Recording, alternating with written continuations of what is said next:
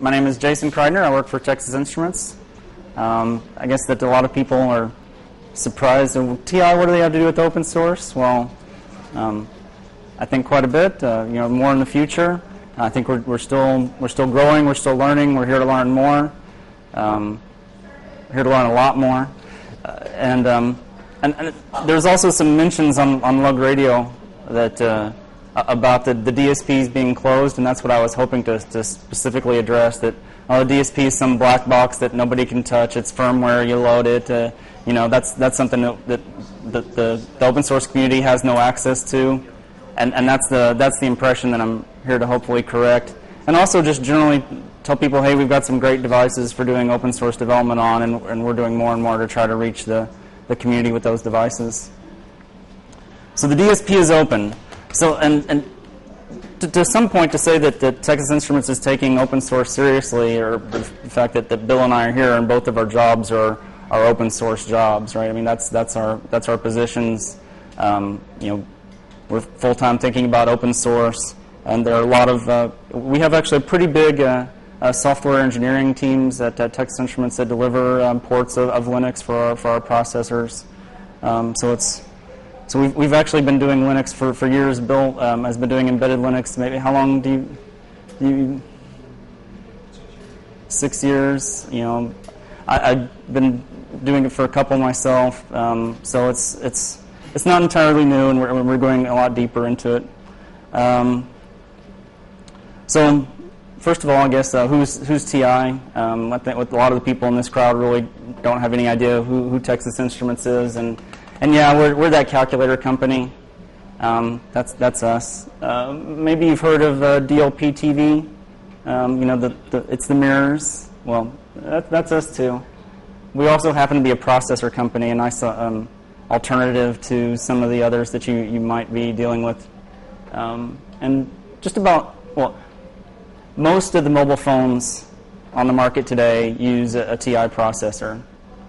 So, we're pretty out there with the processors. It's not something we're new to at all. We're pretty established, and we're leveraging a lot of that technology now to that's being developed for mobile processors, actually to try to reach out into other markets. So what used to only be available to the top wireless guys are now some things that anybody can get access to. And also to the mobile phone makers, I think that open source is becoming a lot more important. And I think you've probably seen some areas where that's the case. So there are a lot of devices that are really open based on TI processors. Neros, if you haven't heard of them, they make an open source devices that encodes MPEG-4 and makes it a file that you can just pull off on a card or send it over the network. And that's fully it's open source, and you can alter the contents of that device. Everyone's free to hack. And you may have heard of the Nokia Internet tablets, the N800, N810. So those also use our processors. There's several other efforts that we've got underway. There's the Beagle board. So that's I'll talk a little bit more about that, but that's a project that uses our processors. There's the Pandora handheld gaming units. It's by some of the guys that brought us the GP2X. Anybody know the GP2X? So the next generation of GP2X-like device will use a TI processor, and you can learn more about it at openpandora.org. So TI is also working with a partner, Logic PD, to bring a Zoom mobile development kit, which is an open source mobile development platform, has a modem in it, and maybe some folks have seen the Google Android running on that. So that's a TI processor. So there's a lot of open source development kits out there using our processors. And our processors are speeding up a lot, right? We're really, encroaching on higher performances. So the current Nokia N800 and N810 type devices are ARM 11 based, and if you look at what our latest processors that we've released, the OMAP 3 family, That's more than 2.5 times the performance just for the ARM core itself, is what you'll find. So pretty significant performance increases over previous generations. That's a 600 megahertz ARM Cortex A8, which is a dual issue superscalar, delivering over giga-dry stone MIPS. So this is just to break down that architecture a bit further, because the ARM processor is just one of the processors within the overall subsystem. There's also the DSP in there, C64X plus DSP, and that's something that's fully programmable. It's capable of doing 720p, MPEG-4 for video, and it's programmable. So there's so there's also the OpenGL ES 2.0. That's the one with the pixel shader capability. Pixel. Yeah.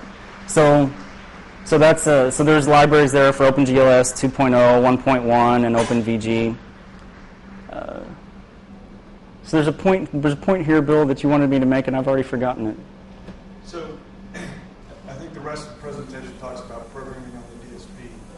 The point I wanted to point out was, if you want to ignore the DSP and just program on the ARM, exactly, just Linux, do it whatever you want. But I think Jason wanted to talk about programming on the DSP. Yeah, I do want to talk about programming on the DSP, but for those that don't want to get into that next level of programming the DSP, it's just as simple as it's an ARM, it's running Linux, it's hack at, right? You don't even have to worry about the DSP, because there are DSP images that you can load, and I think that some of the impressions were that just because there are images that you can download and they just run, that there's no way to actually go and replace those images. And the fact is they're perfectly replaceable.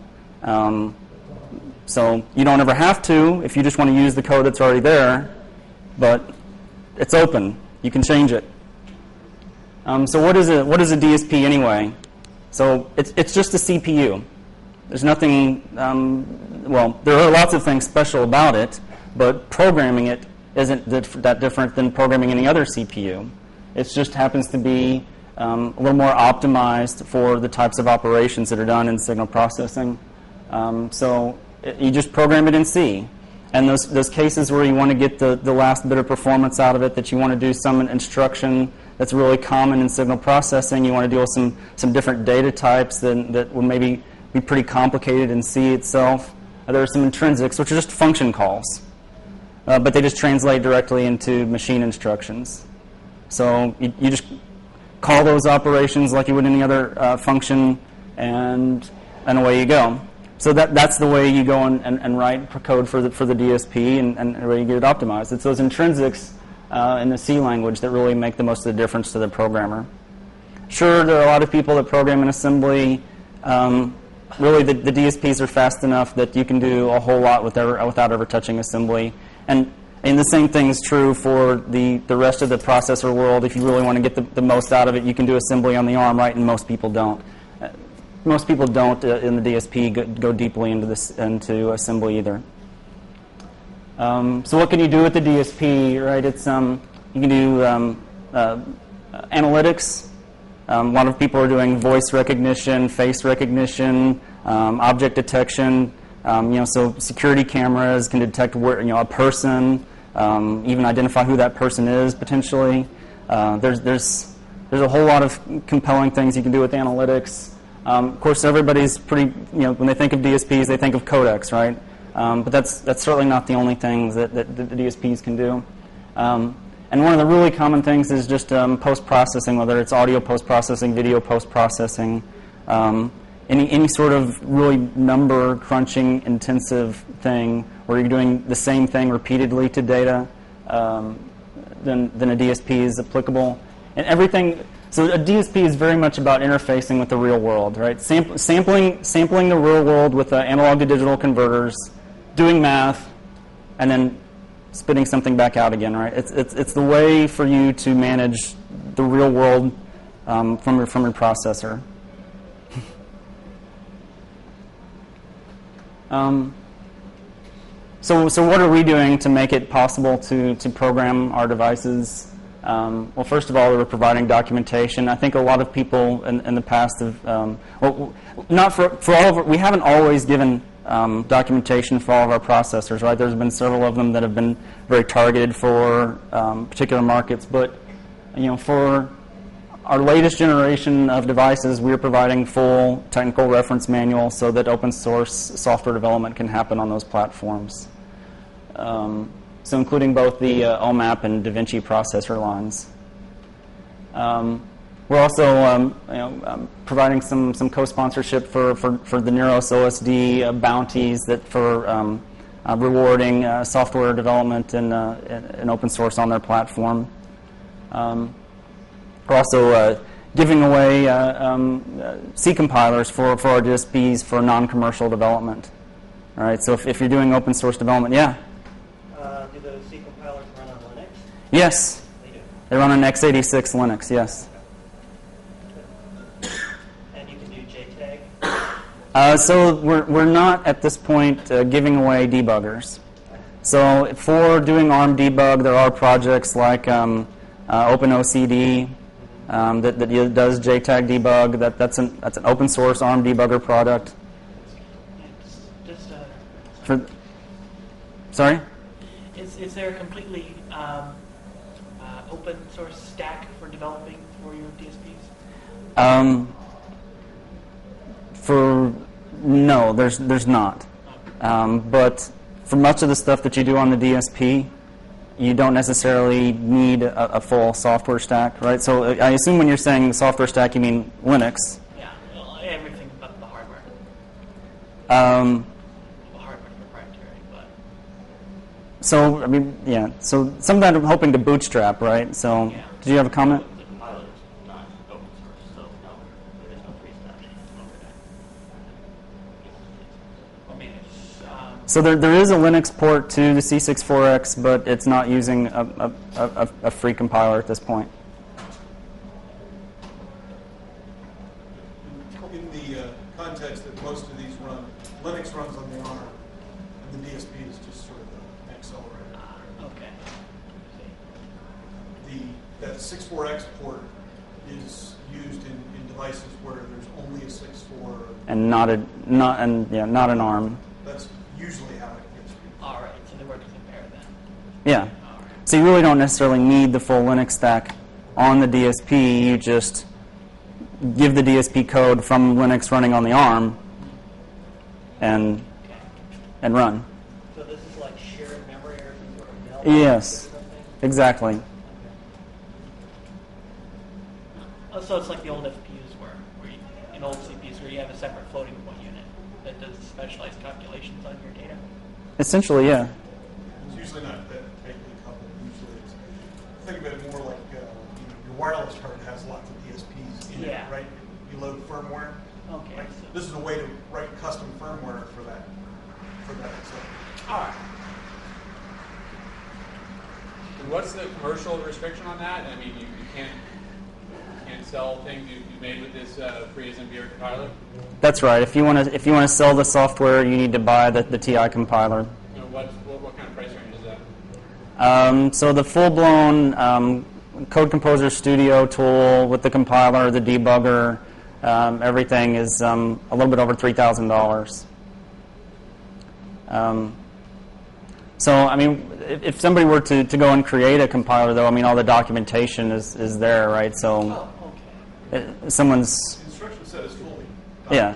Oh, okay, and that's the... So, you want another compiler that's not proprietary, just Write it. write it. And there have been efforts to port GCC to the C64X in the past, but they're not complete. So, yeah, that would have to be picked up and completed in order to do that. Sorry to Yeah. mention this before I came in. What about the Power VR part of it? I've heard that that's sitting there in these Nokia tablets and nobody can use that. Is that just because Nokia hasn't licensed it? So I don't want to comment about Nokia, but in terms there's Power VR in the OMAP 3 device, and that's Imagination Technologies proprietary block, so we don't have the ability to provide that in source. So it's same situation I think that a lot of the rest of the community's in, right? So it's just they have competition that they don't want to let that source be shared for, and so there will be the kernel portions, I believe, will be open source, but there will be user space libraries that are not. But you can program at the OpenGL layer.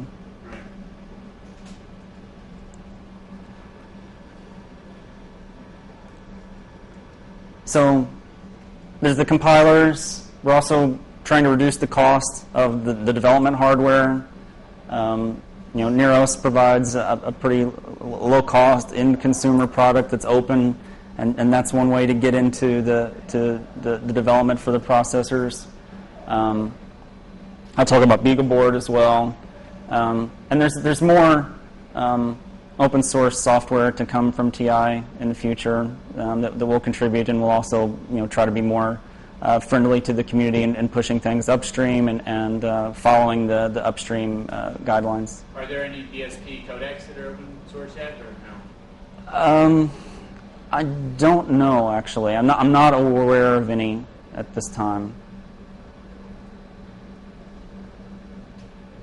I saw OGG on your codec slide. Is there? I believe that actually. I think that there is an OGG port on the OSD that's open source. I wish that was out for the Nokia tablets. People have been waiting for that for a while. It's doing OGG playback on the ARM core. It drains battery. Yeah. Yeah. So you bring up the point that the DSP is a lot lower power for doing these activities than the ARM, right? Potentially. If it's something that's a very DSP-like activity, then if you can do it in less cycles, you do it with less power potentially. And so I think that I would love to see more open source codecs like OGG. That's not something that I would expect TI to do. Do you mean OGG Fiora? No, well, that would be nice too, but Vorbis. Yeah. What's that? So you're unwrapping the Vorbis on the ARM and. Yeah, you can play back. You can play back on Vorbis on the ARM core. Oh, okay. There's no DSP codec for it that I know of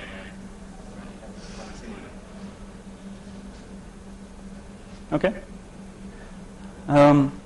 So it's along those lines of getting the hardware out there cheaper, or releasing this. So this is a bit of a.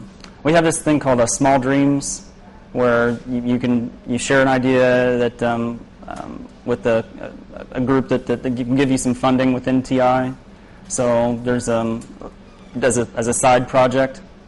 And so one of the guys at the office essentially said, well, I want to make a cheap OMAP 3 board. So this is a $150 OMAP 3 board. And Is there any easy way to get Wi-Fi attached to that? Yeah, because you have USB. So there's there's a high-speed USB host. You can use the open source USB Wi-Fi stacks. So this is a EHCI controller for the host port. So most of those ports are pretty straightforward for the drivers. So you just build on top of the EHCI USB support. There's also an OTG port, right? Which I think if you which can be a little more challenging because there's not quite as much community around the OTG ports as there is the EHCI. So when this board, we just try to strip everything down as much as possible. Instead of putting on an LCD, putting on the Wi-Fi, putting on everything that you possibly could, we just stripped it down to make it as cheap as possible. Sell it without This could be cheap if you were selling in huge volumes, right? But since you're selling in small volumes, you have to make it cheap by stripping stuff off. And so it's a DVI-D. This is an HDMI connector, but there's no audio on it, so that goes to your monitor. We've got a demo out on the floor of this, and you want to play with it. And there's S-Video. This board, stereo audio in and out. This board won't be available till about June, and you'll be able to order it off of the BeagleBoard website. It's a very interesting layout. I've hardly ever seen diagonal components on board. Yeah. It's very grid-like. Yeah, the guy that did the design was very particular about wanting those as close to the processor as possible. Yeah. Yeah, I like that. And once this is all validated and up there, the schematic and design files, Gerbers, will all be shared as well. You know, the idea of this being is open hardware. So there's just a couple pictures of types of things, right? It's really a computer, right? I mean, you just connect up a monitor, you connect up a hub, keyboard, and mouse. You got your storage device, or you can use a USB hard drive, right? It's a computer. It's just a low power, you know, green small computer, no fan. You know, it runs off of USB power. So, you know, very low power. Perfect for embedded. And then there's you know, Neros is continuing to release new hardware, so they've got you know, they're beginning to bootstrap this OSD2 project that'll have it'll have high definition capability. So that's also using a TI processor.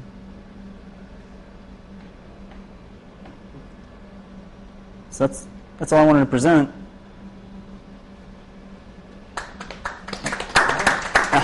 There's some questions. Thank you. So why is TI getting into open source? What's their motivation? Well, we're a hardware company, so you know, it adds value to the platform to have more software support. So to me, it's all about growing the ecosystem. You know, adding value to the platform. So we don't really have a lot of conflict with open source software. So I think it's a pretty natural fit for TI to be involved in open source. You know, we've been consumers of open source for a while, right? And, you know, it's been in devices that we've put on the market for a long time, but a lot of times you see that stuff gets put out there, and then you have a tarball of the Linux sources that's put somewhere. Well, you know, we're not getting a lot of value back on that, right? As opposed to actually pushing the source code back up into the upstream, right? Giving it back to the kernel maintainers. So we're trying to get a lot better about that, and we get a lot of benefit out of that by not having to continue to keep doing on each generation of device, because we've had to do a lot of re-implementing. Code gets more eyes. Code gets more eyes, find more bugs, improves the code quality. Exactly. So you're basically saying instead of doing the software yourself, you're letting the community drive the software, then you don't have to maintain it, right? You get, Well, and we both get value out of that. Yes. I mean, is that what you're saying? Or? That's what I'm saying. Okay. But we're not going to diminish the number of engineers we have working on it. Yeah. We just want to be able to do So more. you still have in-house engineers as well, too. Oh, yeah. Most of the drivers we expect to have to develop ourselves. But it's good to get the peer review, and then if it's continuously maintained, then it's good for everybody. It's a win-win. Yeah. What kind of graphics capabilities does this chip have? Is there The OMAP solution or something? So particularly the OMAP 3 has that Imagination SGX core that's capable of doing 10 million polygons per second. Video full 1080p. Okay, so the video output, the controller for the display subsystem that's output is capable of doing 2048 by 2048, but the pixel clock I think is limited to 75 megahertz right now. So what is that? I won't try to do the math right off the top of my head. 1080p nice. 1080p would be nice. Yeah, this is not doing well. So I can show you that this processor running a 1280 by 1024 monitor, but that's not running at the frame rates for 1080p. It's getting there. So Yeah, it's getting there. You listed the accelerator GStreamer as kind of a Yeah. bullet. What's going on there? So we have released GStreamer plugins for the DM6446 processor, which is one of the DaVinci processors. We're also working with a group of partners on GST OpenMax. So that's so OpenMax IO is pretty commonly used in mobile phones, and so there's a set of GStreamer plugins to interface to OpenMax. So we're contributing. Shim's on top of OpenMax to plug into G. Oh yeah, OpenMax sits on top of the code that would talk to the DSP, right? So there's a component that talks to the DSP, and OpenMax sits on top of that. So GStreamer never actually touches the DSP itself, or vice versa. Yeah. No, it shouldn't. Well, it would just get really evil. That's why I want to do it. Evil good. Think of a DSP farm where you can actually push parts of the GStreamer pipeline down to multiple DSPs. Yeah. And they communicate between each other with hardware. It's an amazing Much interface faster you for can do. decoding. Right now you have to go down to the DSP, up, down to the DSP, and up, down to the DSP every time you want to chain them together. There's no way around it. So there's also, I think, so the OpenMax specs are, I think, available for you to review. I don't know if you have comments on that. It might be interesting to know what those are. I think they're working on a 2.0 spec right now for the OpenMax IO. Being able to tell two OpenMax elements to talk to each other in private. Right. Eliminate some of those issues. But there's still an issue of, well, how does GStreamer translate that? Yeah, how do you represent the two elements? Right. Because right now there's a plugin in the pipe for each element in GStreamer, and I don't think there's a way that you can get that pipe element to not come back. But You can have a composite pipe element. Yeah, I mean you could have a yeah, but then it's not flexible. If you have a composite pipe element, then it's not flexible. Still like, you want to expose GStreamer all the way down. for that. So I've been working with that one since before. There's any Any- number of ways to do it, right? And that's the really cool thing about releasing the compiler is that you guys can try lots of different ways, right? TI's going to have their sort of prescribed vision of it, but you guys don't have to agree with it. Yeah, probably won't.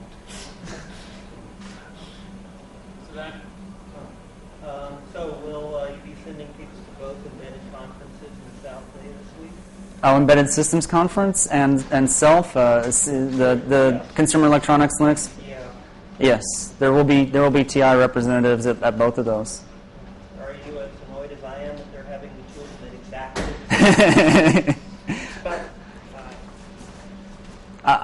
I'm not going to either, so. On that free as engineer compiler, is there any chance that TI is interested in opening that up in the future, or can you talk about? No, I don't foresee that in the immediate future. It's just a lot of work. They're not really very interesting. Well, yeah. So the C64X Plus is a VLIW processor with 8 processing units, and it's got a 256-bit wide instruction word. And if you're writing in C, you just don't even really care about all that, right? But there's a lot of technology that TI has around the compiler, and that does make for a little bit of a challenge for those people writing free compilers. But there has been a lot of study done in universities about doing that and about programming VLIW. I think the complexity of the compiler is one of the reasons the Titanic crashed. They never could get the compiler to come up with the performance So- that the chip was capable of. And C6 Right, already but- does that. It's one of your major products. I don't see it ever being open source, personally. Because it is, you put so much effort into it, and it does a lot of proprietary stuff. Right, but over time, I believe the community could build their own compiler. It's in the same way that GCC on Titanium works. Nah. It's nowhere near the performance that it It runs. could. Well, like you said, though, you're a hardware company. Yeah, why not? You know? I know you have conflicting issues there. I understand. Thank you. Thank you very much.